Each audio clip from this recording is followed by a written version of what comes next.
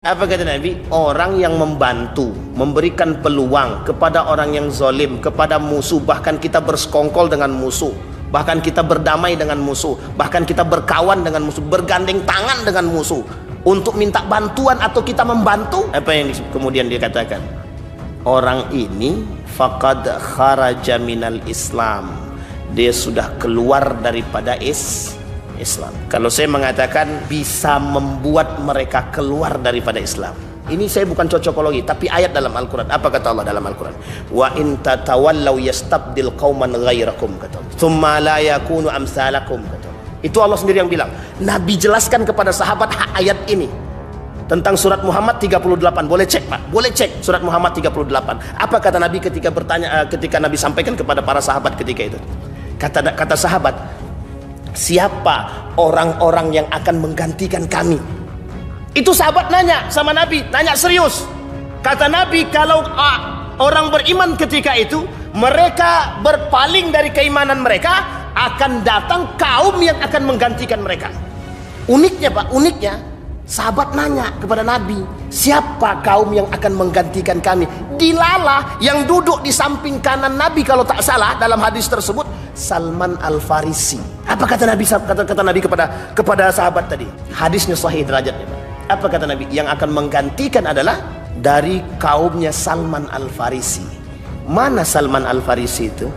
Persia. Mana Persia itu? Iran sekarang, Pak.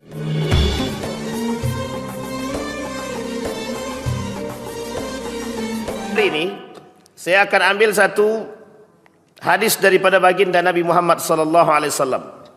Idza azumat ummati ad-dunya naza'at aw nuzi'at minha haibatal Islam. Wa idza turikatil amru bil ma'ruf wan nahyu 'anil munkar hurimatil barakah aw hurimat barakatul wahyi. Wa idza tasabat ummati saqatat min ainillah. Rawahul Hakim wa Tirmizi. Ini hadis dibilang populer banget juga tidak populer banget, karena mungkin pembahasannya tidak terlalu banyak. Tetapi hadis ini untuk hari ini sangat penting untuk dibahas. Apa kata Nabi? Apabila umatku mulai mengagungkan dunia, maka akan dicabutlah kehebatan Islam, haibatul Islam. Dan apabila mereka meninggalkan aktivitas al-amru bil ma'ruf wan nahyu 'anil munkar, hurimat barakatul wahyi, maka akan diharamkan keberkahan wahyu. Dan apabila umatku saling mencaci dan memaki, maka jatuhlah mereka dalam pandangan Allah. Bapak Ibu, dari bahasa ini bisa dipahami maksudnya. Bahasa hadis ini bisa dipahami maksudnya. Ini sederhana saja nih, Pak. Bahasanya aja yang, tapi sebenarnya juga bahasanya juga sederhana. Pokoknya kalau sudah cinta dunia, selesai urusan. Nah, itulah bahasan kita. Bisa dipahami Bapak Ibu ya? Kalau sudah cinta dunia, selesai urusan. Sudah bisa dipahami Bapak Ibu? Kalau sudah bisa paham, kita tutup. Ya kan udah paham kan? Kalau sudah paham, mau kita lanjutkan. Baik. Jadi Bapak Ibu, peradaban Islam ini 1400 tahun yang lalu, berarti sekitar 14 abad lah. Kalau sekarang sudah tidak 1400, nambah lah, berarti sekitar 1500 lah. Berarti 15 abad yang lalu itu Islam berada dalam permulaan peradaban. Dimulai lahirnya baginda Nabi Muhammad SAW. Kita tak bahas pada sirahnya, tapi kedatangan Nabi, lahirnya Nabi, ketika matinya api Majusi yang ada di Persia ketika itu, oleh penduduk Persia, oleh para agamawan Persia, dalam catatan ulama-ulama Persia, kalau bahasa kita ulama atau bahasa mereka agamawan lah, para ahli agama. Orang-orang pakar agama Persia ketika itu mengatakan ada sesuatu yang lebih dahsyat daripada matinya api Majusi ketika itu. Ini dalam catatan sejarah. Karena ketika baginda Nabi lahir, ketika lahir baginda Nabi, itu api majusi dalam mitosnya orang Persia tidak pernah mati. Ketika lahir dan Nabi Muhammad SAW mati. Kita tak berbicara pada yang lain. Ketika itu Persia dalam kondisi yang sangat gagah-gagahnya. Ketika itu Konstantinopel dalam kondisi yang sangat berkuasanya. Tapi sebelum datangnya Persia, sebelum datangnya Konstantinopel ini, ada istilah namanya peradaban Yunani. 800 sampai 500 sebelum Masehi. 800 sampai 500 sebelum Masehi. Kalau kita boleh mengukur peradaban Yunani, mungkin tak lebih daripada 1000 tahun atau tak lebih daripada 10 abad. Itu pun kalau lebih. Kalaupun bisa jadi tak sampai. Pada masa peradaban Yunani ini ditakar dalam sejarah ditakar. Itu pada masa Aristoteles, Plato dan lain sebagainya itu diukur. Pada saat itu yang sangat berkembang itu dalam pikiran mereka itu hanya karena dibawa oleh kelompok-kelompok tertentu. Sebagian ulama mengatakan dalam kitab skolastik, dalam buku skolastik itu dikatakan dia sejalur hidupnya dengan Nabi Musa. Musa apa Nuh ya? Saya agak lupa itu, antara dua itulah. Kalau tidak Nabi Musa berarti Nabi Nuh. Kita tak bahas di situnya, tapi ada beberapa peradaban sebelum Islam itu ada. Sebelum muncul peradaban Islam itu. Satu di antaranya peradaban Yunani. Muncul Persia, muncul kemudian Konstantinopel Romawi. Jadi Bapak Ibu, Romawi. Romawi itu lingkarannya adalah termasuk salah satunya Istanbul Turki hari ini. Jadi Istanbul Turki itu adalah pusatnya Konstantinopelnya Romawi namanya. Jadi pusatnya Romawi itu ada di Konstantinopel. Konstantinopel itu mana? Turki, Istanbul sekarang. Ibu kotanya Turki. Bisa dipahami Bapak Ibu ya? Dan itu dalam sejarah Islam terjadi 2 kali penaklukan. Muhammad Al-Fatih bangkit kembali pada masanya nanti. Yang kedua sama dengan Persia. Persia juga begitu. Lingkup Persia itu Iran, Irak, perbatasan Syam. Syam itu Damaskus. Palestina sekarang itu masuk dalam lingkaran Syam. Palestina sekarang. Palestina, Yerusalem, Damaskus, Libanon, Yordania, Syria itu masuk dalam lingkaran Syam namanya. Bahasa besarnya Syam. Kalau bahasa gaulnya orang Jawa namanya Karasidenan namanya. Apa namanya Bapak Ibu? Karasidenan. Tahu Bapak Ibu Karasiden tuh? Karasidenan Solo, Surakarta. Ini orang Jawa yang tahu. Yang tak Jawa mesti agak susah dikit. Bisa dipahami Bapak Ibu, ini Jawa nih. Dalam Karasidenan itu ada beberapa, dalam lingkup Syam tadi ada beberapa negara. Di situ ada namanya Yordania, Libanon, ada namanya Syria, ada Yerusalem, ada Damaskus. Dan ini semua Bapak Ibu berada dalam lingkup kekuasaan Persia ketika itu, termasuk Palestina. Bisa dipahami ya? Ketika itu Islam belum sampai ke sini. Karena permulaan risalah dimulai pada masa baginda Nabi di Makkatul Mukarramah. Di belakang lurusan pintu Babu Salam, lurus tembus di bawah Jabal Qubais, tak jauh dari situ ada satu rumah tempat kelahiran yang bernama rumahnya kelahiran baginda Nabi Muhammad sallallahu alaihi wasallam. Sekarang dijadikan perpustakaan. Tidak boleh lagi masuk ke situ dan tidak boleh nulis-nulis di situ. Di samping rumah Nabi itu ada namanya tempat aliran air atau sumur Zam-Zam, tempat mandinya orang-orang jamaah. Jadi dulu 2010 tempat mandinya dari manapun manusia. Datang manusia, baik laki-laki maupun perempuan, datang ke sumur di situ, mandi di situ. Nah, semenjak saat itu ketahuan sama nampak perempuan-perempuan ini sudah tak bisa jaga adab, tidak bisa lagi jaga ini, ditutup permanen ditutup sama pemerintah Saudi. Dibuka pada tahun 2022 dibuka lagi, buat ulah lagi orang Jambi, pakaiannya putih, perempuan mandi di situ transparan, ditutup permanen hari ini. Jadi sumur Zam-Zam. Alhamdulillah saya pernah mandi di situ, Pak. Ya bukan mandi dalam arti kita pakai sabun, bukan, karena airnya mengalir terus deras, mandi kita di situ enak, seger.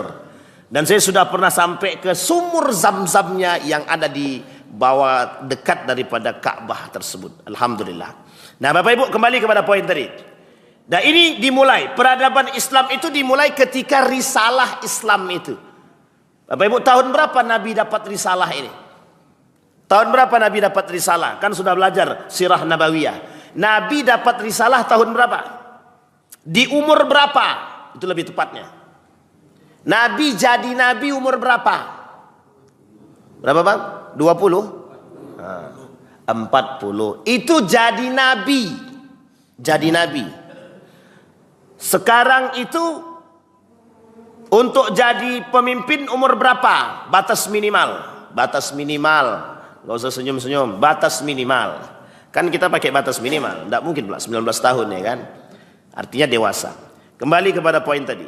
Nabi umur 40. Sebelum umur 40, Nabi sudah menyatukan awal mula titik kepercayaan Nabi.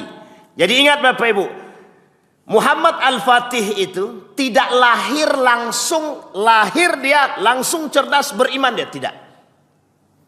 Tapi dari sisi generasinya sebelumnya sudah mewarisi karakter-karakter yang baik. Contoh, jujur. Tolak ukurnya dulu, tolak ukur dulu. Sebelum Nabi dapat risalah Islam, Nabi sudah termasuk manusia yang terpercaya. Orang sangat jujur, baik, pandai, cerdas, sopan santun. Kita lihat Utsman ibn Affan. Apakah langsung jadi orang khalifah dia? Langsung dikenal dia? Tidak. Apa karakter yang dia miliki dari bawaan dia, dari keluarga dia? Satu, manusia sopan santun, tutur bahasa yang baik, akhlaknya mulia, terkenal dermawan. Dari kecil, Utsman bin Affan. Abu Bakar Siddiq dikenal sangat baik, pembantu. Pembantu ini suka membantu, bukan pembantu ya, suka membantu, tolong menolongnya, kuat, sangat dikenal, orangnya mulia, badannya kurus tapi gagahnya, kuatnya, beraninya, mentalnya, putih-putih, hitam-hitam. Dari awal, Pak, dari dulu. Kaya tidak membuat mereka tinggi, miskin tidak membuat mereka rendah. Itu karakter-karakter para sahabat sebelum mereka masuk Islam, termasuk baginda Nabi. Sama dengan Al-Fatih. Sama dengan Al-Fatih. Bedanya Al-Fatih mereka sudah di dalam Islam duluan. Nabi belum dapat Islam. Mereka belum Islam. Syaibatul Ham. Syaibatul Ham ini kakek Nabi. Sudah baik duluan. Punya keturunan baik, lembut. Abdullah, bapak Nabi. Sudah dikenal semasyarakat Mekah ini. Rebutan perempuan, para kabilah-kabilah Quraisy itu ingin menikahkan anak perempuan mereka dengan beliau, dengan Abdullah. Tapi ternyata jatuh pilihannya lain. Artinya dalam konteks ini Bapak Ibu, apakah mereka sudah berislam dulu baru mulia, atau berakhlak dulu sebelum Islam? Kita dalam konteks ini ya, bukan berarti nanti agama tanpa agama kita bisa berakhlak ya. Tapi ketika itu tolak ukurnya sebelum datangnya risalah itu, tolak ukurnya adalah akhlak. Manusia dan kemanusiaan. Bisa dipahami Bapak Ibu? Memandang manusia dengan sisi kemanusiaan. Ketika itu sebelum Nabi jadi Nabi, Islam belum datang, belum ada perintah agama. Orang tidak mampu, kira-kira dibantu enggak sama Abu Bakar itu? Dalam cerita boleh dicek dalam riwayat sejarahnya sebelum Abu Bakar masuk Islam. Betapa Abu Bakar ini orang yang sangat baik, suka membantu sebelum masuk Islam. Artinya ketika itu akhlak itu, adab itu, tutur kata, sopan santun, moralnya, etiknya sudah terjaga. Utsman ibn Affan sama. Itu karakter Pak, karakter. Tapi apakah ada karakter sahabat yang dari preman jadi panglima? Ada. Khalid bin Walid mantan preman pada masanya. Umar bin Khattab, siapa yang tak kenal kepremanannya? Preman secara manusia hari ini tidak, tapi premannya Umar bin Khattab itu bagaimana? Penentang pada masanya. Siapa yang paling kuat? Naik ke Jabal Qubais, yuk kita gelut. Yang paling kuat, manusia paling kuat siapa manusia yang paling kuat di Makkah ketika itu? Naik ke Jabal Abi Qubais, yuk kita gelut. Begitu Pak. Itu bagus Pak, nentang langsung. Jadi orang segan. Segannya orang kepada Umar bin Khattab bukan segan tapi takut. Jadi bukan segan, takut. Beda dengan Hamzah. Dengan Hamzah orang tuh segan. Segan karena kabilah. Abdul Muttalib bukan segan karena takut, bukan segan karena kabilah, bukan. Memang manusianya punya karakter yang baik, menularkan kepada anaknya, menularkan kepada cucunya. Nabi Muhammad sallallahu alaihi wasallam. Berarti Ustaz, kalau ada cucu kami brutal, berarti itu urusan kakeknya, titisan kakeknya, bisa jadi. Kalau ada cucunya yang brutal, ada dua kemungkinan. Kalau tidak titisan kakeknya, berarti titisan uyutnya Pak. Ada istilah itu, ada. Dan ini Bapak Ibu, al-waladu sirru abihi. Seorang anak itu akan melihat turunannya Pak. Kalau anak itu brutal, jahat dia, jangan cepat dimarahkan Pak. Coba tengok bapaknya. Misal anaknya pemabuk, tengok bapaknya dulu. Oh, ternyata bapaknya dulu juga pernah pemabuk Ustaz, selesai urusan. Bapaknya tidak pemabuk Ustaz. Oh betul bapak tak pemabuk? Tidak. Tengok dulu. Betul tidak anak kandung? Jangan-jangan anak angkat. Bisa jadi. Tengok lagi. Bapak ibunya baik, anaknya nakal. Tengok dulu ke atasnya. Kok bisa? Oh ternyata dulu kakeknya mantan preman Ustaz. Oh selesai. Bisa dipahami Pak? Jadi jangan cepat-cepat menyalahkan cucu ataupun anak. Tengok dulu turunan. Dan itu gen itu tidak bisa Pak. Ini sudah terbukti Pak. Sudah banyak yang membuktikan. Bahkan di sekolah-sekolah itu Pak. Anak nih nggak tahu, bebalnya bukan main. Orang tuanya baik betul. Orang tuanya itu sholatnya rajin. Tapi mohon maaf, kenapa anaknya bebal? Kenapa anaknya suka bikin rusuh? Tapi ternyata di balik rajinnya orang tuanya sholat, ibunya, bapaknya masih main riba ternyata. Lu anaknya yang dapat imbasnya Pak. Bapaknya rajin, anak yang kena imbasnya. Coba bayangkan. Jadi tidak bisa dipisah nih Pak. Al-waladu sirru abihi. Seorang anak akan menularkan atau mewarisi karakter bapak dan ibunya. Arti bapak dan ibu di sini apa? Nenek moyangnya pun masih bisa. Atau turunannya. Maka kalau kita lihat kepada Nabi, wajar kalau Nabi ini, bukan wajar lagi. Memang tepatlah kalau Nabi ini pembawa peradaban. Kenapa?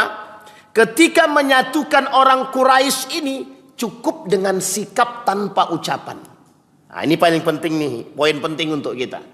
Nabi membawa persatuan atau misi persatuannya tanpa ucapan tapi dengan perbuatan. Bagaimana cara Nabi menyatukan ketika itu? Yang populer didengar oleh kita adalah ketika Nabi membentangkan kain itu, ditaruhlah batu Hajar Aswad di atas kain tersebut. Di setiap 4 kabilah suruh pegang ujung-ujung, bersatu mereka di situ. Tapi lihat, ketika Nabi mendapatkan risalah Islam, keempat-empat ini menolak Nabi Muhammad SAW. Bisa dipahami Bapak Ibu ya? Bersatu mereka disebabkan oleh Nabi, tapi bercerai mereka disebabkan oleh Nabi. Bisa dipahami ya? Jadi bersatu mereka meletakkan Hajar Aswad ini. Bersatu Pak, di masa umur 25 tahun. Sangat muda sekali. Tapi dianggap memiliki visi dan misi, karakter yang baik, tutur kata. Jadi kemuliaan seseorang itu pada saat itu tidak dilihat pada umur. Kemuliaan seseorang itu tidak dilihat pada sebesar apa dia, sekaya apa tidak. Tapi berakhlakkah dia? Beradabkah dia? Bermoralkah dia?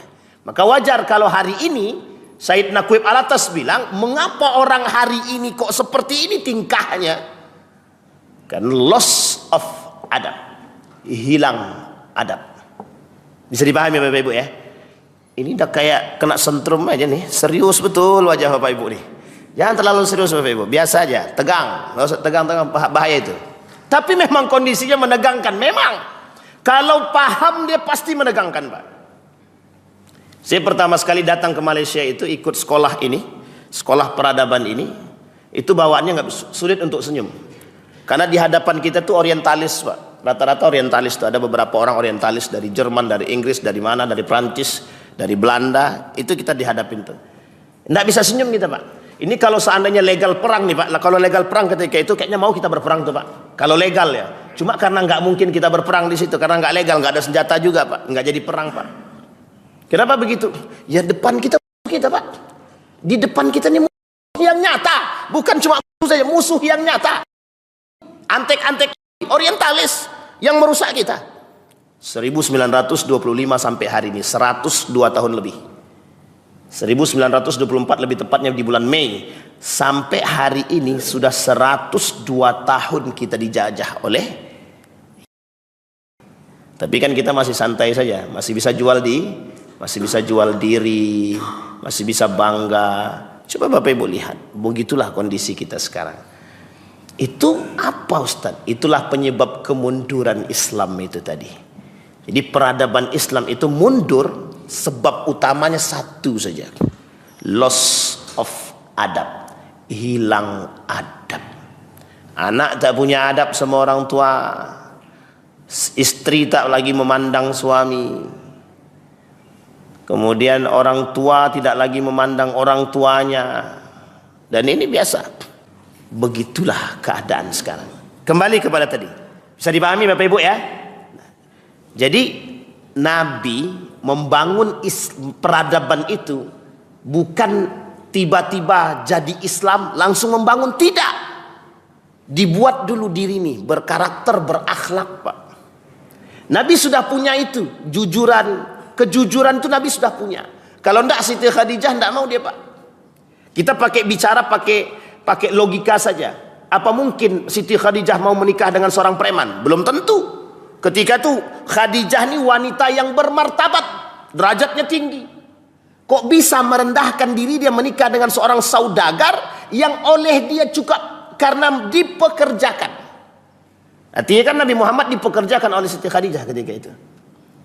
Siti Khadijah datang minta bantu untuk memperjualbelikan barang dagangannya kan. Dan untung Pak. Sama seperti suaminya Zainab binti Muhammad. Suaminya Zainab binti Muhammad ini itu karakternya baik, akhlaknya mulia, keluarganya terkenal, tapi dia tak pernah memanfaatkan kemasyhuran keluarganya. Cukup dia tampakkan akhlaknya. Dinikahkan dengan anak baginda Nabi Muhammad SAW sebelum datangnya Islam. Namanya saya lupa, tapi yang jelas dia dari orang Quraisy. Ini menjadi dalil bagi orang-orang yang nikah beda agama bahwa anak Nabi Muhammad itu ada yang nikah beda agama. Ingat ketika itu belum turun surat ataupun ayat yang berbicara tentang keharaman nikah beda agama. Setelah turun, Zainab dan suaminya berpisah. Pisah rumah, bukan pisah cerai ya, pisah rumah. Zainab ikut ayahnya pindah ke Madinah, suami tinggal. Di akhir kepemimpinan, di akhir masa, beberapa tahun kemudian suaminya masuk ke dalam Islam. Zainab pun meninggal dan tak lama kemudian suaminya ikut berperang dan meninggal. Ini cerita lain Pak. Tapi karakter seorang suami Zainab yang non muslim, yang tidak Islam, yang kafir Quraisy ketika itu bisa diukur dengan akhlak dan moral. Bayangkan suami Zainab ini berperang dengan siapa? Nabi Muhammad. Padahal itu siapa? Mertuanya Pak. Tapi bagaimana posisinya suami Zainab ketika itu? Perintah dari siapa? Keluarganya, kabilahnya. Yang ketika itu kabilah-kabilah ini yang disatukan oleh Nabi Muhammad dan menyerang Nabi Muhammad ketika risalah Islam datang. Jadi pembawa risalah itu bukan hanya orang yang, mohon maaf, bukan orang yang tidak berakhlak. Tidak, berakhlak Pak. Tapi salahkah mereka? Tak salah Pak. Memang harus begitu, harus. Makanya Salahuddin Al-Ayyubi itu tidak tiba-tiba lahir Salahuddin Al-Ayyubi orangnya baik. Tidak. Konstantinopel Muhammad Al-Fatih, Khalid ibn Walid Persia, Kemudian Salahuddin Al-Ayyubi termasuk juga Yerusalem, penakluk ternama. Pertanyaannya, apakah mereka lahir dengan cacat akhlaknya? Tidak. Apakah mereka punya cacat agama? Tidak. Mereka dididik, iya. Berapa tahun? Puluhan tahun. Imam Al-Ghazali mengatakan 40 tahun lebih. Imam Al-Ghazali, Syekh Abdul Qadir Al-Jailani mencari bibit generasi unggul. Makanya Ustaz Adi Hidayat sekarang itu mentargetkan 2040-45 generasi emas. Tapi kalau kita punya misi pembentukan karakter yang berdasarkan agama, kalau tidak hancur. Kalau tidak hancur. Sekarang kita berbicara dengan realita. Berapa banyak, mohon maaf jangan tersinggung. Karena saya juga alumni pesantren. Berapa banyak pesantren hari ini yang jual agama. Demi mendapatkan, mohon maaf, demi mendapatkan kepentingan dan fulus. Tapi kita apresiasi. Apa yang kita apresiasi? Bermunculan pesantren-pesantren. Hanya saja yang kita sayangkan, munculnya pesantren-pesantren ini yang punya niat untuk mencari kepentingan dan kekayaan. Maka itu yang kemudian kita sayangkan. Mereka jual ini, jual itu demi mendapatkan. Tapi tak punya ruh. Tidak punya ruh. Mengapa pesantren-pesantren yang dulu itu bisa bertahan tahun 1800 sampai hari ini masih eksis? Mereka bukan mencari kepentingan dunia. Mereka mencari ruh perjuangan. Pesantren itu mendidik pejuang. Makanya label pesantren ketika masa Soeharto itu labelnya apa? Kenapa kok di label itu? Karena yang mampu berjuang, yang sangat ingin berjuang dan mau memperjuangkan itu cuma pesantren, Pak. Jadi berbanggalah pesantren-pesantren yang muncul sekarang ini. Sayangnya tidak mendidik jiwa pejuang. Tapi apa yang dididik? Mental feodal. Jangan tersinggung. Sebagian sekarang itu pesantren, sekolah, itu sisi pesantren. Bagaimana dengan sekolah yang lain? Yang kita khawatirkan adalah mendidik jiwa-jiwa feodal. Apa itu jiwa feodal itu? Mental materialis. Tahu Bapak Ibu mental materialis? Nah, sekarang coba kita lihat. Betul tak mental materialis itu tertanam? Betul Pak. Ketika Bapak Ibu selesai sekolah, kuliah, anak-anaknya apa harapannya? Cari kerja kan? Pernah enggak Bapak Ibu katakan yang penting kau dapat ilmu nak, masalah kerja enggak kerja itu belakangan? Gak pernah. Rata-rata orang tua, kau sekolahnya di IAIN, mau jadi apa? Paling juga jadi tukang azan. Wah, itu dia. Sekolah di mana? Pesantren. Lah, pesantren. Paling juga tukang baca Yasin. Begitu mental zaman dulu, Pak. Kenapa Ustaz kau tahu? Ya saya merasakan. Tidak ada harganya ke orang sekolah pesantren itu, Pak, dulu. Pulang ke rumah, lulusan mana? Pesantren. Bukan begini kita jalan Pak, begini. Nggak dipandang orang Pak. Anakmu di mana? Kebetulan anakku PNS. Begini jalannya Pak, kalau sudah PNS. Mohon maaf, jangan tersinggung. Tapi begitu dia Pak, PNS. Iya PNS. Meskipun gajinya 1 juta, nggak masalah.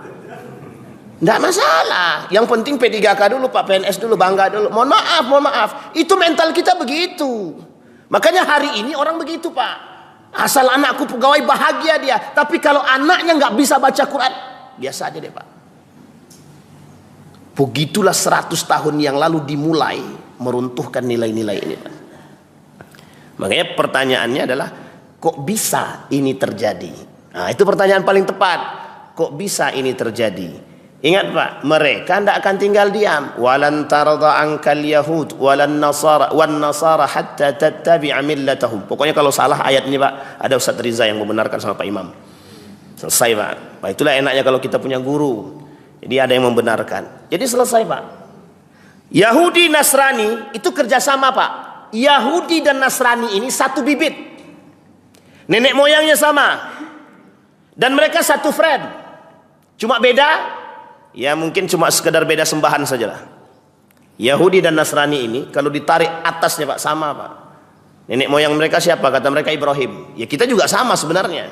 Cuman mereka nggak mau ngakuin kita gitu aja. Mereka nggak mau ngakuin Nabi Muhammad. Tapi Nasrani dan orang-orang Yahudi selalu digandeng di dalam Al-Quran. Kenapa kok digandeng? Karena Nasrani ini diambil daripada Isa, naik ke atas sampai Nabi siapa? Sampai Nabi siapa? Yakub. Yahudi tarik ke atas sampai ke siapa? Yakub. Yakub ini anak siapa? Ishak. Ishak ini anak siapa? Ibrahim. Ibrahim punya anak lain enggak? Punya. Siapa yang pertama? Ismail. Ismail punya anak enggak? Punya. Turunan ke bawah siapa lahirnya? Nabi Muhammad SAW. Adnaniyah.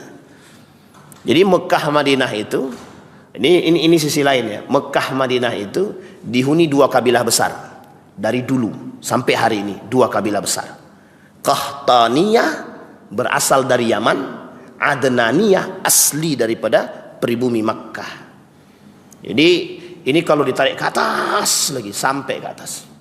Adnaniyah itu Ismail yang sekarang turunan Nabi Muhammad SAW, tapi titik temunya sama semua. Qahtaniyah itu Yaman. Makanya Mbak, sebenarnya ini mohon maaf, sebenarnya tidak bisa dipisahkan. Mekah itu dengan Yaman tak bisa dipisahkan. Kenapa tak bisa dipisahkan? Ismail punya istri kedua dari kabilah Qahtaniyah, aslinya Yaman. Jadi itu sejarah. Tapi kita lepaskan sejarah itu. Sisi lain yang penting tadi peradabannya. Tidak bisa Pak. Nabi lahir dengan akhlak mulia. Utsman akhlaknya mulia. Umar bin Khattab memang tegas tapi punya akhlak. Umar bin Khattab itu tegas. Kalau mereka bilang mantan preman boleh, tak ada masalah. Tapi dia punya sikap. Meskipun ketika itu dari sisi Umar bin Khattab ini tidak terlalu dipandang secara kabilah. Suatu ketika Umar bin Khattab nimbrung dalam perkumpulan para pembesar-pembesar kafir Quraisy ini. Ketika Umar bin Khattab nimbrung, itu dipertanyakan, kamu siapa? Keturunan siapa? Begitu Pak. Rasis dulu, sangat rasis. Tapi Nabi tak pernah pandang begitu. Budak Bilal bin Rabah masuk Islam. Pada akhirnya Hindun juga masuk Islam. Wahsy yang membunuh juga masuk Islam. Dan lain sebagainya. Tak pandang dulu. Oleh sebagian kalangan ketika itu termasuk para budak dengan kulit-kulit yang berbeda. Mereka bahagia Pak. Karena ada namanya persamaan.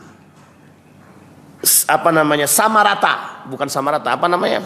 Tidak memandang kulit. Tidak memandang kaya miskin.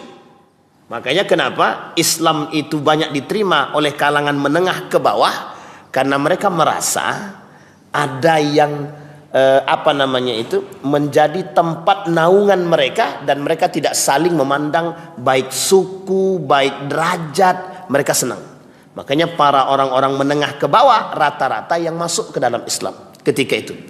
Tidak salah Pak. Kalau ada yang bilang orang pertama masuk Islam itu memang ada yang kaya, benar. Tapi mayoritas ketika itu adalah orang menengah ke bawah secara ekonomi. Betul. Karena pembesar-pembesar Quraisy ketika itu tidak ada yang masuk Islam. Orang-orang kaya Quraisy ketika itu tidak masuk Islam. Bahkan paman Nabi, siapa paman Nabi? Masuk Islam kan dia? Tak masuk Islam. Makanya Bapak Ibu, paman Nabi saja yang kaya, yang kuat, yang mampu, yang terkenal, yang masyhur tidak masuk Islam. Tapi yang di bawahnya masuk Islam. Rata-rata masuk Islam di situ. Nah, pertanyaannya adalah mengapa Islam bisa diterima dari kalangan menengah ke bawah? Karena ketika itu yang menolak kalangan atas untuk masuk Islam adalah gengsi. Apa namanya? Gengsi, strata, Pak. Islam tidak diterima oleh mereka karena mereka punya gengsi. Apa gengsinya? Kami orang kaya, kami punya kepemimpinan, kami orang berkuasa. Karena yang ketika itu berkuasa adalah kolonialisme dan konglomerasi. Yang terjadi hari ini namanya konglomerasi, kolonialisme gaya baru, Pak. Apa itu konglomerasi? Yang kaya harus kaya, yang miskin tetap miskin. Zaman dulu yang namanya budak nggak akan berubah, Pak. Jadi orang kaya nggak mungkin. Karena budak statusnya tetap budak. Maka bagi majikannya budak itu mau dia apapun bebas. Bebas. Kalaupun dia gauli budak tersebut, lahir anak ini punya tuannya. Begitu dia bahasanya. Jadi budak gak akan ngapa-ngapain. Maka apa kata Bilal bin Rabah kepada Wahsy? Kata Bilal bin Rabah kepada Wahsy, aku masuk ke dalam Islam bukan bukan ingin menjadi kaya, kata dia. Karena waktu itu Wahsy bilang, kau bodoh, punya majikan sudah bagus, baik, dan pokoknya baiklah kepada Bilal bin Rabah. Tapi kata Wahsy, kau bodoh, kata dia. Kenapa kau malah justru keluar daripada situ, bahkan masuk ke agama yang lain? Nanti kamu akan bakal disiksa. Apa kata Bilal bin Rabah? Bilal bin Rabah cuma bilang, dengan akal yang sehatnya, lebih masuk akal untuk diterima agama ini ketimbang yang lain, kata dia. Islam itu lebih bisa diterima. Apa salah satunya? Tidak memandang ras. Tak lihat siapapun. Tidak lihat suku Minang, tidak lihat suku Jawa, apalagi Melayu. Tak lihat, Pak. Semua sama. Makanya identiknya Islam itu, Bapak Ibu kalau mau lihat, tidak ada perbedaan tuh dalam masjid. Di luar masjid Bapak Ibu tak bisa lihat. Dalam masjid, Pak. Mau gubernur ya, sop paling depan tetap untuk yang pertama kali datang. Kecuali yang datang pertama nggak mau di sop terdepan. Itu namanya jamaah. Jamaah apa namanya, Pak? Kalau tidak mau dia datang duluan tapi nggak mau di sop paling depan. Jamaah apa namanya? Jamaah apa? Jamaah merugi namanya, Pak. Karena yang datang duluan mesti mencari sop paling depan. Ada cari paling belakang. Nggak ada istilah gubernur harus di depan. Nggak ada. Yang paling di depan ini siapa yang paling penting? Imam, Pak. Imam. Di belakang imam siapa? Orang alim. Kalau salah imam, orang alim yang menjelaskan, yang membenarkan. Kalau kita punya pemimpin yang tidak mengerti agama, pas belakang dia, sholat di belakang imam, kalau imamnya salah, siapa yang membenarin? Ini poin penting yang harus dipahami. Di dalam masjid itu tidak ada perbedaan, Pak. Tidak ada. Kalau ada yang membeda-bedakan, itulah orang jadul pada masanya. Lebih jahiliyah daripada sekarang berarti. Maaf, lebih jahiliyah daripada masa dahulu, Pak. Orang dahulu jahiliyahnya tahu dia di mana tempatnya, Pak. Makanya kenapa orang kafir Quraisy itu tak mau menerima kedatangan Islam? Gengsi, Pak. Kalau kami masuk ke dalam Islam, otomatis pemimpin kami bukan kami. Siapa yang akan memimpin? Muhammad. Sementara Muhammad itu keponakan kami, tidak mungkin kami terima. Itu bahasa gengsinya. Makanya ketika itu, perbedaannya ketika itu, perangnya ketika itu, perang moral, perang adab. Bukan hanya perang agama, tapi perang moral, perang adab. Nabi Muhammad ingin melepaskan perbedaan, sementara keluarganya, para pemimpin kafir Quraisy ketika itu ingin tetap eksis dengan hal tersebut. Sehingga apa yang terjadi? Nabi Muhammad ditolak. Meskipun ditolak, tapi tetap didengarkan. Maksudnya apa? Nabi dianggap bawa agama baru. Dituding ABCD bahwa Nabi bawa agama baru. Nah, ini perjalanan, Pak. Pertanyaannya adalah, untuk menjelaskan, mendengarkan, memperkenalkan Islam butuh perjuangan nggak? Butuh perjuangan nggak, Pak? Butuh. Sama dengan sekarang. Kita sudah Islam, tapi mohon maaf, perjuangan kita cuma satu saja. Eksis dengan kebenaran. Kita aja masih nggak bisa. Bisa nggak kita mengatakan, mengungkapkan mutlak kebenaran itu? Enggak, Pak. Kadang-kadang kita masih mencari jalan lain untuk mengungkapkan kebenaran. Oh, begini. Tidak berani kita. Nabi perjuangannya untuk menegakkan Islam ini perang, Pak. Kita sudah tidak berperang. Islam sudah berdiri. Cuma mengatakan yang benar. Itu pun sulit. Betul si fulan itu korupsi. Nganu. Selesai, Pak. Tidak berani kita. Karena takut. Itu cuma mengatakan kebenaran, nganu. Jadi lebih banyak nganunya ketimbang berkata dia tak percaya dengan kalimat Allah. Zaharal haq wa zahaqal batil innal batila kana zahuqa. Itu dia. Orang yang tidak berani mengungkapkan kebenaran, inilah yang disebut oleh Sayyid Naqib Al-Attas itu hilang adab, hilang moral. Bisa dipahami ya Bapak Ibu ya? Kenapa kok Ustadz berani katakan hilang adab? Itulah yang terjadi dengan kita hari ini. Kita kehilangan arah. Meskipun kita tahu kemana arah, cuma jalan kita menuju arah tersebut. Contoh ya, kita sekarang sudah tahu Mekah itu, Pak. Tahu kita Mekah itu tahu. Cuma menuju Mekah itu ada yang jalan sono dulu. Kan tinggal lurus aja kan sampai, naik pesawat 8 jam selesai, Pak. Ini enggak, dia saya mau ke India dulu atau ke Belanda dulu lah Ustaz, ke Amerika dulu, dari Amerika nanti naik pesawat kemana, pokoknya keliling sampai habis 1 bulan baru sampai ke Mekah. Ada yang 1 hari sampai sudah. Nah itu begitu manusia. Sama Nabi bilang begitu. Dalam hadisnya kata Nabi begini. Ini juga menukil daripada ayat Al-Quran. Wa inna hadza sabili mustaqima. Kata Nabi, ini adalah jalanku yang lurus. Inna hadza sabilullahil mustaqim. Ini adalah jalannya Allah yang lurus. Cuma kemudian Nabi bilang begini, kalau ada dibangunkan oleh Nabi garis ke kanan dan ke kiri, di setiap persimpangan kanan dan kiri itu ada setan yang memanggil. Jadi Nabi bilang, Nabi buat garis panjang lurus. Di antara garis lurus tadi Nabi buat belok ke kanan dan belok ke kiri.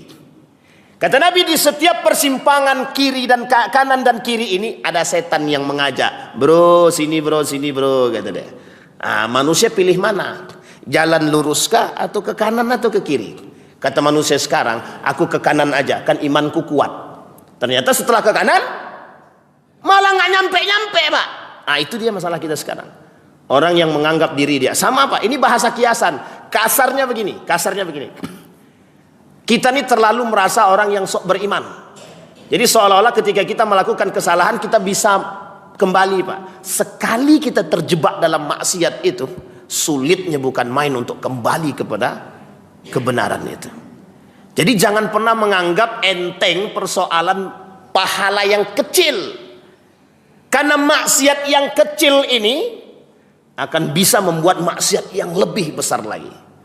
Jadi jangan remehkan maksiat yang kecil itu Pak. Jangan remehkan. Begitu juga pahala yang kecil. Tenang Ustaz, aku ini alumni pesantren. 8 tahun aku di pesantren Ustaz. Pokoknya kalau aku sekolah di sana Ustaz, nanti balik insya Allah. Aku ini kan alumni pesantren. Aman tuh, kalau aku sekolah Belanda pasti paling juga balik juga masih aman Ustaz. Setelah balik, jadi apa dia? Liberal.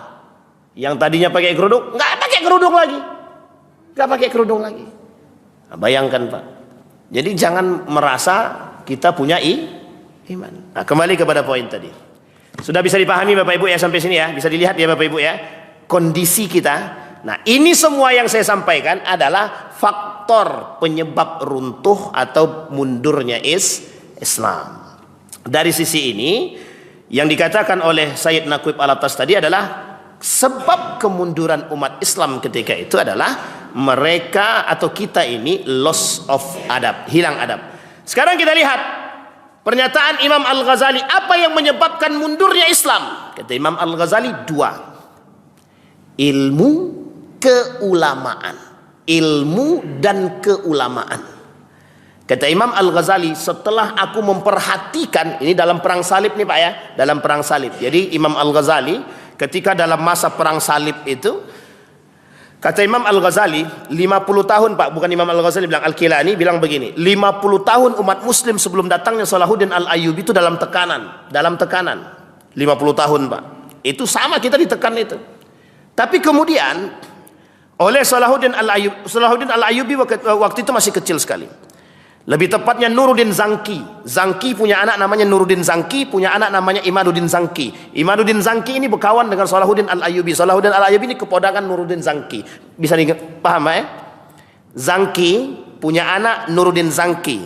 Nuruddin Zanki punya anak Imaduddin Zanki. Imaduddin Zanki punya sepupu namanya Salahuddin Al-Ayyubi. Jadi Salahuddin Al-Ayyubi keponakan siapa?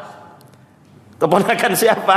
Rempong Amar, saya tinggal bilang aja. Salahuddin Al-Ayyubi ini keponakan daripada Nuruddin Zanki, yang ketika itu mereka berada dalam tekanan ingin melawan tentara salib. Jadi Bapak Ibu, dikenalnya Salahuddin Al-Ayyubi ini karena menaklukkan menaklukkan Yerusalem.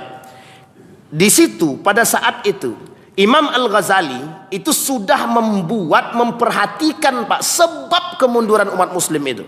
Apa sebabnya? Keilmuan dan keulamaan. Jadi masalahnya ketika itu apa? Masalahnya ketika itu penyakit duniawi itu besar pada umat muslim ketika itu.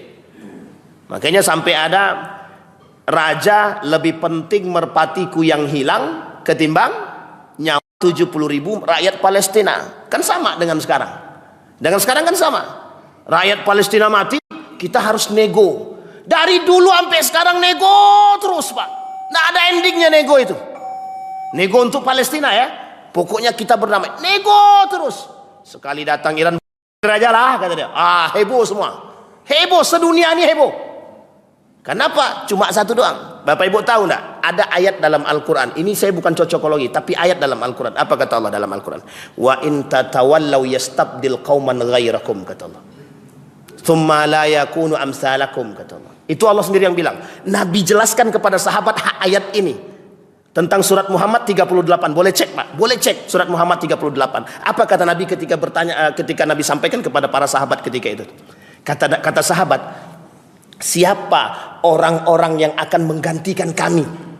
Itu sahabat nanya sama Nabi, nanya serius. Kata Nabi, kalau orang beriman ketika itu, mereka berpaling dari keimanan mereka, akan datang kaum yang akan menggantikan mereka. Uniknya, Pak, uniknya, sahabat nanya kepada Nabi, siapa kaum yang akan menggantikan kami? Dilalah yang duduk di samping kanan Nabi, kalau tak salah dalam hadis tersebut, Salman Al-Farisi. Apa kata Nabi? Kata Nabi kepada sahabat tadi, dari kaumnya Salman Al-Farisi. Coba bayangkan. Saya tidak cocokologi, Pak, tapi boleh Bapak Ibu cek dalam hadis ini. Hadisnya sahih derajatnya, Pak. Apa kata Nabi? Yang akan menggantikan adalah dari kaumnya Salman Al-Farisi. Mana Salman Al-Farisi itu? Persia. Mana Persia itu? Iran sekarang, Pak. La wallah, saya tak tahu, Pak. Kenapa kok saya dapatkan ayat itu? Yang ngomong yang ketika itu membicarakan ini adalah Ustadz Dr. Kiai Haji Bahtiar Nasir. Apa kata Ustadz Bahtiar Nasir dalam surat Muhammad tersebut? Beliau jelaskan, Pak. Saya baca dalam tafsirnya. Benar, Pak, ada hadis Nabi yang mengatakan demikian. Apa kata Nabi di situ? Apa kata Nabi dalam hadis tersebut? Orang-orang Persia ini yang akan mengambil iman meskipun jauhnya ke bintang surya sana. Sekalipun iman itu ada jauhnya sejauh bintang surya, mereka akan tetap datang untuk menggapai. Itu bahasa sederhananya begini. Banyak orang beriman, hilang imannya, muncul orang-orang yang menggantikan kita sekalipun mereka jauh imannya, tapi mereka tetap gapai. Ada pejuang-pejuang baru yang menggapai bintang-bintang tersebut. Maka Bapak Ibu, ini bukan cocokologi, bukan. Tapi ini adalah fakta yang menunjukkan kepada dunia hari ini. Apa kata Ustaz Adi Hidayat dalam tafsiran ayat yang lain? Kemana orang-orang yang mengaku beriman? Akan kami tunjukkan kepada kalian orang yang berdiri sehingga membuat kalian termenung dan membuka mata kalian. Kemana mereka ini selama ini? Betul, Pak, hari ini dibuktikan. Ketika mereka datang, kita ngoceh sana sini. Kerjaan kita cuma bisa ngoceh, Pak, ngoceh sana. Mereka bukan lagi ngoceh, Pak, berantem. Capek kami negosiasi, stop sampai ke sana. Sedang asik nego, rute terbang, selesai, Pak. Nggak banyak omong kan? Coba kita punya begitu kan enak. Sedang asik nego-nego, sampai sama, Pak. Salahuddin Al-Ayyubi begitu dia. Apa kata Salahuddin Al-Ayyubi? Nggak usah banyak omong. Sekarang kita bangun madrasah-madrasah, bangun keilmuan semua. Setelah bangun keilmuan, satukan umat muslim ini. Dari aliran manapun, kata Salahuddin Al-Ayyubi, satukan. Dinasti Ayyubiyah punya peran besar, Pak. Apa yang terjadi? Tentara salib 3 hari cuman, Pak, habis. 3 hari tentara salib habis. Bayangkan Khalid bin Walid membunuh tentara-tentara yang ketika itu mereka berantai, dirantai badan mereka dengan kuda biar nggak kabur, Pak. Tentaranya gagah begini. Persia ketika itu, apa kata Panglima Persia? Cuma ini musuh saya, cuma ini musuh saya. Turun Khalid bin Walid dari kuda, apa kata panglimanya? Duel kita satu-satu. Khalid bin Walid pantang, Pak, ditantang karena dia tahu, Pak, dia punya jiwa pejuang. Turun dari kuda, duel. Apa kata panglima perangnya Persia ketika itu dalam perang Zatus Salasil? Oh, ini nggak bisa ini, Pak. Ini nggak bisa, ini licik juga anak kecil ini, katanya. Badannya gede. Khalid bin Walid kalau dibandingkan dengan panglima Persia, itu panglima yang ditakuti, Pak. Tapi ketika itu pembuka utama penaklukan Persia dilakukan oleh Khalid bin Walid. Boleh dicek dalam sejarah, pembuka Persia pertama adalah Khalid bin Walid. Setelah itu terjadi perang demikian, Pak. Perang Zatus Salasil. perang Qadisiyah dan perang-perang Persia yang lain. Akhirnya ditaklukkan semua itu, Pak. Pada masa siapa itu? Umar bin Al-Khattab tunduk Yerusalem tanpa ada pertumpahan darah setelah Persia ditaklukkan oleh Khalid bin Walid bersama para sahabat yang lain. Coba bayangkan, apakah lahir dari generasi yang cinta kursi, rebutan kursi parlemen? Enggak, itu bukan mental. Apakah rebutan dengan kursi kekuasaan? Terjadi pada masa dinasti Yarmuk, perebutan kekuasaan 3 khalifah rela membunuh ibu tiri, bukan ibu tiri berarti, ibu dari saudara seayah, sama-sama putra mahkota, karena takut khawatir mahkota ini diambil oleh adiknya, ibu kandungnya tadi. Itu terjadi pada masa dinasti Yarmuk. Ada seorang putra mahkota, ibu dari saudara seayahnya, karena khawatir akan merebut tahtanya. Coba bayangkan. Sekarang itu Ustaz, dulu dinasti Yarmuk. Kalau sekarang ya ada juga mungkin. Bisa jadi kan. Ya saya tak kemana-mana ya Bapak Ibu. Tapi faktanya begitu. Nah di sini yang kemudian kita sampaikan. Makanya kata Allah dalam surat Al-A'raf tadi, walau anna ahlal qura amanu wattaqau la fatahna alaihim barakat minas sama. Ini jangan dimaknai. Memang sulit Pak. Sulit. Kita kan paham ayatnya tapi kita nggak bisa melakukannya. Walau anna ahlal qura, kalau mereka sebagian daripada masyarakat itu, bukan sebagian kecil ya, sebagian besar, amanu, beriman, la fatahna wattaqau, dan bertakwa, la fatahna alim, sungguh betul-betul akan kami buka bagi mereka keberkahan. Sekarang kita lihat, ada satu kampung beriman semua, mayoritas beriman, tapi diam aja semua. Iman, sholatnya rajin, sedekah jalan, tapi mereka semuanya sholat ke masjid, rame Pak masjid. Cuma ada kemungkaran di situ, dan mereka diam aja. Nah, jadi orang yang beriman tadi, karena kemungkaran itu tetap ada, kira-kira hilang nggak tuh kalau mereka diam aja? Beriman dia, tapi kemungkaran eksis di situ. Kira-kira mereka diam saja, kira-kira hilang nggak tuh kemungkarannya? Nggak akan hilang. Nah kalau tidak akan hilang, kira-kira apa yang akan diberikan oleh Allah kepada mereka? Hancurkan. Sekalipun yang di dalam itu ada ulamanya, tapi kalau ulamanya diam, hancurkan. Apa kata seorang ulama dalam khutbahnya kemarin? Mengatakan begini, man ra'a mungkaran, man ra'a dima'al muslimin muraqatan, siapa yang melihat terhadap tubuh umat muslim dan mereka sakata diam, wa takallama fi zakati was salati wa taraka dima'a khalqillah fahuwa kha'in, gitu. Apa kata ulama tersebut? Kalau ada orang mengaku berilmu dan beragama, beriman, dia lihat pertumbuhan umat muslim dan orang beriman, kemudian mereka cuma bisa diam, tapi mereka tetap berkhutbah tentang salat, berceramah tentang zakat, berceramah tentang ABCD, tentang fikih, tapi mereka meninggalkan wataraka dima'a khalqillah fahuwa kha'in. Mereka itu pengkhianat, gitu deh. Na'udzubillahi tsumma na'udzubillah. Apa kata Nabi dalam hadisnya, Pak? Nabi, ini hadis ini memang menurut saya ini hadis ini cukup serius, hadisnya sahih. Kata Imam, kalau menurut Syekh Albani dhaif, tapi kata menurut ulama yang lain yang diriwayatkan At-Tabrani, ini hadis ini sahih. Man masya ma'a zalimin, siapa yang berjalan bersama orang zalim, liyu'inahu, untuk membantunya atau meminta bersekongkol dengan orang zalim, bersekongkol dengan musuh untuk meminta bantuan kepada mereka. Ini bahasa hadisnya ya, bahasa hadisnya. Apa kata Nabi? Wa huwa ya'lam annahu zalim, dan dia tahu bahwa orang itu adalah zalim, pelaku musuh kita. Kemudian apa kata Nabi? Lanjutan hadisnya, faqad kharaja minal Islam, dia sudah keluar daripada Islam. Na'udzubillahi tsumma. Bisa dipahami Bapak Ibu? Kira-kira bahasanya kurang keras atau kurang keras banget itu? Cukup ya tuh ya. Jadi Itu yang ngomong Nabi. Apa kata Nabi? Orang yang membantu, memberikan peluang kepada orang yang zalim, kepada musuh, bahkan kita bersekongkol dengan musuh, bahkan kita berdamai dengan musuh, bahkan kita berkawan dengan musuh, bergandeng tangan dengan musuh untuk minta bantuan atau kita membantu. Apa yang kemudian dia katakan? Orang ini faqad kharaja minal Islam. Dia sudah keluar daripada Islam. Kalau saya mengatakan bisa membuat mereka keluar daripada Islam. Kalau yang tadi hadisnya ekstrim benar Pak, keluar daripada Islam kata hadis tadi. Meskipun para ulama ini mencoba mentafsirkan maksud tersebut, ada unsur nifak dalam diri seseorang tadi. Bahasa kasarnya begini, kalau kita tarik untuk rakyat Indonesia khususnya, kalau masih ada orang muslim yang membeli produk nifak, dia munafik, selesai itu Pak.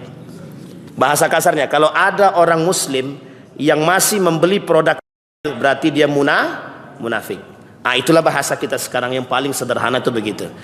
Bisa dipahami Bapak Ibu? Kita sampai pada bahasan kemunduran. Insya Allah kalau Allah izinkan kita bertemu, kita sampaikan, kita lanjutkan tentang persoalan kebangkitan Islam dari masa dahulu sampai hari ini. Insya Allah. Mudah-mudahan ada manfaat bagi kita. Ada pertanyaan Bapak Ibu? Tidak ada, alhamdulillah. Biar cepat begitu, ya kan tuh, biar cepat. Itu namanya strategi, biar tidak ada yang bertanya, kan begitu. Tapi kayaknya agak susah kalau bertanya kalau begini nih. Apalagi ini entah kajian begini agak berat-berat ringan atau ringan-ringan berat lah, kan gitu. Aman Bapak Ibu ya, masih bisa diajak kompromi kan? Masih. Tapi itu keadaan kita secara fakta dan real yang kita temukan di kehidupan kita. Jadi Bapak Ibu khawatirlah, bahasa saya sederhana saja, khawatirlah, takutlah dengan generasi yang kita tinggalkan. Jadi kalau Bapak Ibu tidak punya rasa khawatir dan terhadap generasi yang kita tinggalkan, mohon maaf. Ustadz, setiap orang kan punya jalan hidup masing-masing, betul. Tapi bekalilah mereka. Allah saja nyuruh kita untuk membekali, apalagi kalau kita tidak membekali mereka. Wa tazawwadu fa inna khairaz zadit taqwa. Kita berdoa kepada Allah. A'udzubillahi minasyaitonir rajim. Bismillahirrahmanirrahim. Hamdas syakirina hamdan naimin. Hamdan yuwafi ni'amahu wa yukafi'u mazidah. Ya Rabbana lakal hamdu kama yanbaghi li jalali wajhikal karim wa azim sultanik. Allahumma salli ala Muhammad wa ala ali Muhammad. Allahumma faqihna fid din wa alimna ta'wil. Allahumma ighfir lana dhunubana wa dhunuba walidina warhamhuma kama rabbayana shighara. Allahumma ighfir lahum warhamhum wa'afihim wa'fu anhum wa akrim nuzulahum wa wasi' madkhalahum waj'alil jannata mathwahum. Allahumma ij'alil Qur'anal 'azima rabi'a qulubina wa nura sudurina wa jilaa'a ahdanina wa dhihaba humumina wa ghumumina. Allahumma ij'alil Qur'ana hujjatan lana wa la hujjatan 'alaina. Allahumma ij'alna min ahli القرآن واجعل أهلتنا من أهل القرآن الذين نحن خاصتك وأهلك يا أرحم الراحمين. اللهم اجعل تجمعنا تجمعا مرحوما واجعل تفرقنا من بعده تفرقا معصوما. اللهم ارزقنا إماما عادلا. اللهم ارزقنا إماما عادلا. اللهم ارزقنا إماما عادلا. اللهم جنبنا من منكرات الأخلاق. اللهم أصل أخلاق شباب المسلمين والمسلمات. رب اجعل مقيم الصلاة ومن ذرية ربنا وتقبل دعاء. ربنا آتنا في الدنيا حسنة وفي الآخرة حسنة وقنا عذاب النار والحمد لله رب العالمين. السلام عليكم ورحمة الله وبركاته. Ya, ada makhluk gaib. Nih, makhluk gaib ini. Kemana aja lo? Gak pernah kelihatan.